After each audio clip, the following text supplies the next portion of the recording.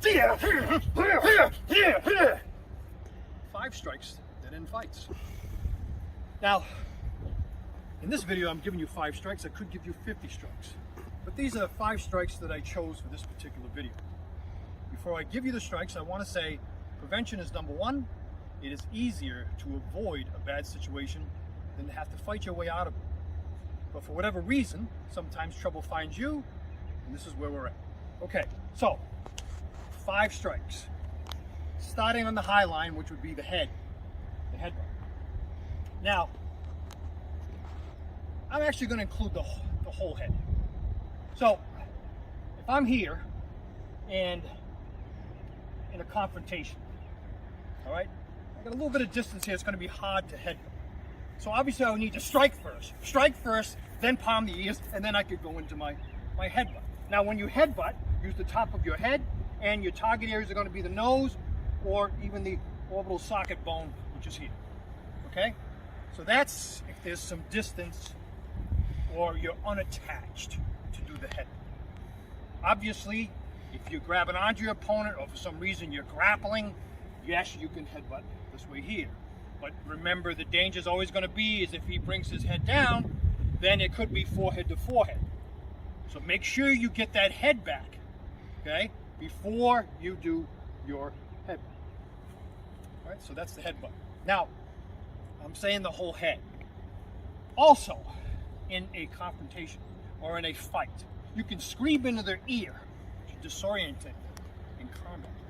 All right, that's another thing that you can do. All right, including on the head is going to be biting. Okay, you can bite the sides of the neck, the ears, the nose, etc. Okay, so these are just some of the things, but definitely functional things that you can do with using your head or the tools that are part of your head. Okay? Now, next on the list, number 2 is going to be the elbow strikes. But I'm only choosing one, which is going to be the horizontal elbow. The horizontal elbow is going to make sure that you're using the proper body mechanics to get maximum amount of power. I'm going to be striking with that horizontal elbow, okay, with the lead and or with the rear. Now, obviously, if I hit in the bean, you can knock your opponent out. If I'm striking with the point of the elbow, I can obviously cut.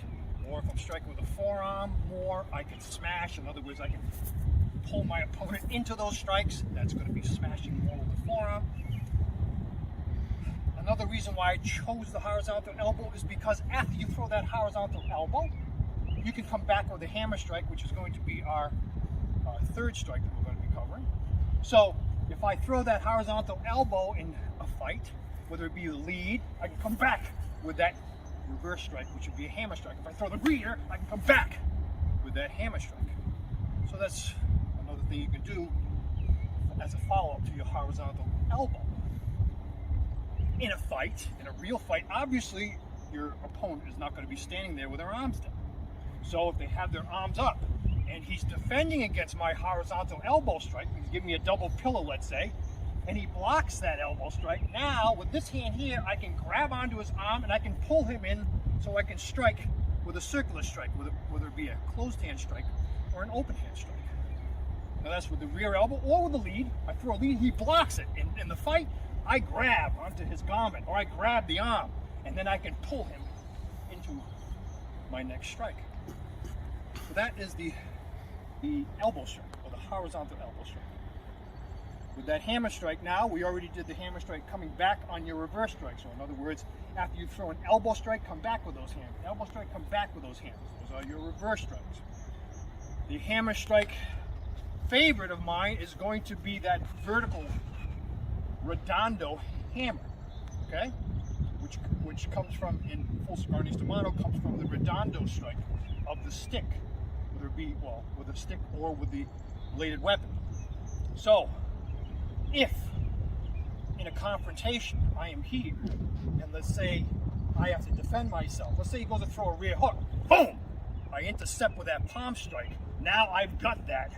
I can drive him back, holding on to the garment, which is also very effective in a self-defense situation. Holding on and then just driving those redondo hammer strikes. or vertical hammer strikes. So it's very, very effective. The vertical hammer strikes, as well as obviously coming back with your reverse strikes from elbow strikes. Now, next is, obviously you've already seen me do them, is going to be the palm strikes, okay? Now, the palm strikes are devastating. And as you see me already use, I can use that lead palm, okay, to set up any one of my rear hand strikes or even my lower body weapons. So if he's got his fist clenched, okay, and I need to throw a preemptive strike, my lead palm strike can be very effective.